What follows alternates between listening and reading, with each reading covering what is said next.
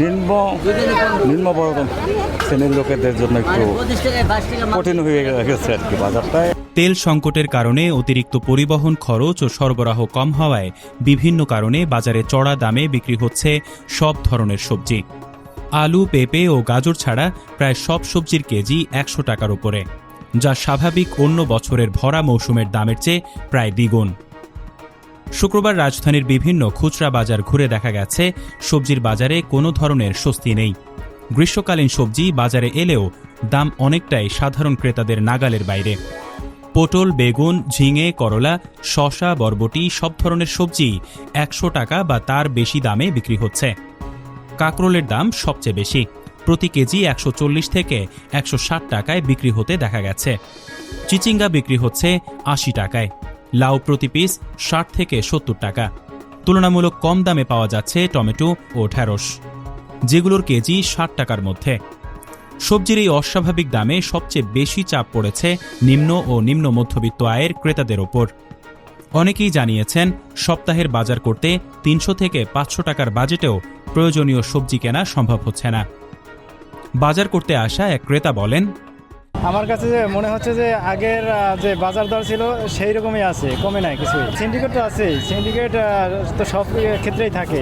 এখন বাজার সিন্ডিকেট একটা বিষয় হতে পারে, কারণ যেখানে উৎপাদন হচ্ছে কৃষক পর্যায়ে তো এত দাম না, আর যেহেতু এখানে মধ্যস্বত্বভোগীর মাধ্যম দিয়ে এসে পৌঁছাচ্ছে, তো সিন্ডিকেটের মাধ্যমে দেখা যাচ্ছে যে সেই রেটটাই অনেকটাই বেড়ে যাচ্ছে।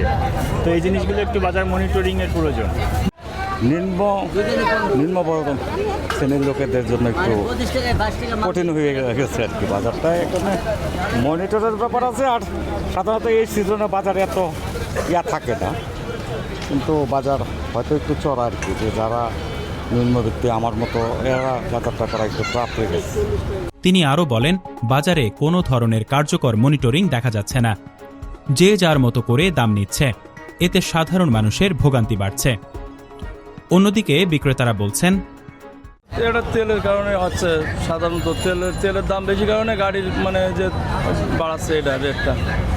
আমদানি যত বেশি হবে মালের দাম এত কমে যাবে, আমদানি কম হইব মালের দাম বাড়তে হবে। শুনতে আছে আর কোনো দাম বাড়াবাড়ি নাই। তুলনামূলক একটু বেশি হয়েছে, আগের চাইতে তুলনামূলক বেশি। সেমই দাম, গত সপ্তাহে এরকম যেরকম দাম গেছে এই সপ্তাহে সেম দাম, দাম কমেও না বাড়েও না।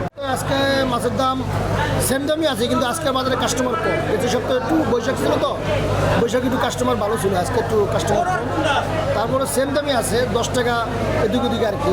সবজির পাশাপাশি মাংস ও ডিমের বাজারেও চড়া অবস্থা দেখা গেছে। বাজারে সোনালী মুরগি প্রতি কেজি ৩৮০ থেকে ৪০০ টাকায় বিক্রি হচ্ছে, যা কিছুটা কমলেও এখনও উচ্চ পর্যায়েই রয়েছে। ব্রয়লার মুরগি ১৮০ থেকে ২০০ টাকায় বিক্রি হচ্ছে। ডিমের দামও সাম্প্রতিক সময়ে বেড়েছে। প্রতি ডজন ফার্মের ডিম ১১০ থেকে ১২০ টাকায় বিক্রি হচ্ছে, আর বড় আকারের ডিম হলে তা ১৩০ টাকায় পৌঁছাচ্ছে। এদিকে গরুর মাংসের দামও স্থিতিশীল হয়নি। প্রতি কেজি ৮৫০ টাকায় বিক্রি হলেও দরদাম করে কিছু দোকানে সামান্য কমে পাওয়া যাচ্ছে। বাজার বিশ্লেষকদের মতে, নতুন মৌসুমের সবজির সরবরাহ স্বাভাবিক না হওয়া এবং পরিবহন ব্যয়ের চাপ অব্যাহত থাকলে আগামী কয়েকদিনেও বাজারে বড় ধরনের স্বস্তি ফেরার সম্ভাবনা কম। ফলে সাধারণ ভোক্তাদের ওপর চাপ আরও কিছুদিন বজায় থাকতে পারে। তাজুল ইসলাম, ডেস্ক নিউজ, অগ্রযাত্রা প্রতিদিন। অগ্রযাত্রা প্রতিদিন, নির্ভীক প্রত্যয়ে উজ্জীবিত।